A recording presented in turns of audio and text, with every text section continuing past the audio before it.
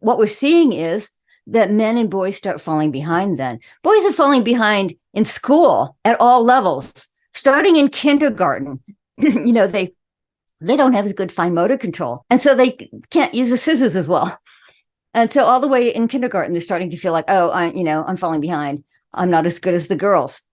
And all the way through high school, they get worse grades and worse test scores. Right now, the average university is 60% female students, 40% male. And same thing with graduate school and even professional schools like law and medicine. And then when they're out of school, men are falling behind, both in relation to women and in relation to where they used to be on things like suicide, much higher suicide, drug and alcohol addiction, homelessness, mental illness, unemployment. This was a surprise because it's not showing up in the normal unemployment statistics because they've stopped looking for work. And so researchers had to dig a bit deeper, and they tell us that male unemployment in the US is now at Great Depression era levels, which was a shock because we all remember what a crisis the Great Depression was. And then life expectancy. Men's life expectancy has gone down in recent years. Women's has stayed the same, so it's not a general trend.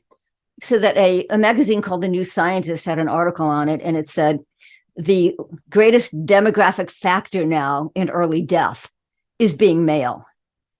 And so I think it's about time we had some compassion on men. I mean, the reason women got ahead in school, for example, is because we poured a lot of money into it. The Title IX in 1972, 1994, Gender Equity Act. We poured millions of dollars into equity workshops and girl-supportive curriculum and training materials. There's been nothing like that for boys. So it's great that women have moved ahead. Nobody expected that, by the way.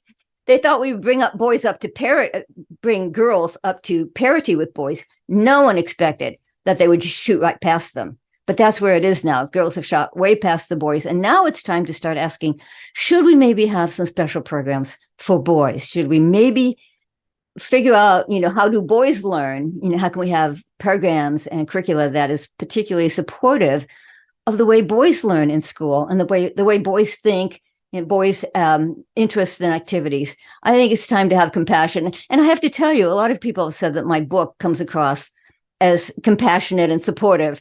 And so I'm glad to hear that. I really wanted it to have that tone. But I'm calling for programs for boys now.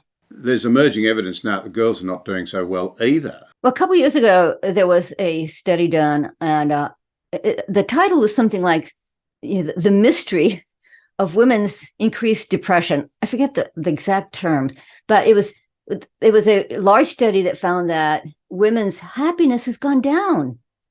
And they thought, wait a minute, since the feminist movement has been pushing women's rights and women have been getting out into the workplace and have been achieving higher, why is their happiness going down? So that's, I think, maybe what Jonathan Haidt was getting at. In spite of the fact that they're doing better in academia, in school, and moving ahead in the workplace, and with more female managers than male managers now, at the management level, there are more females than males. So in spite of their achievements, the studies that show happiness have gone down. But I have to tell you, there's an organization called the Institute for Family Studies that does some really good research on this. And they have put out a couple of studies showing that the happiest women are the women who are married with children. Repeatedly, no matter how they phrase the questions, married women with children, here's the graph, right? Their graph goes up to here. Married women without children is here. Unmarried women with children is here. And unmarried women without children is the lowest. And so I think that part of what's happening is because the age of marriage has gone up, the rate of marriage has gone way down. I think that might be a big clue to why women's happiness has gone down, despite the fact that they're achieving more.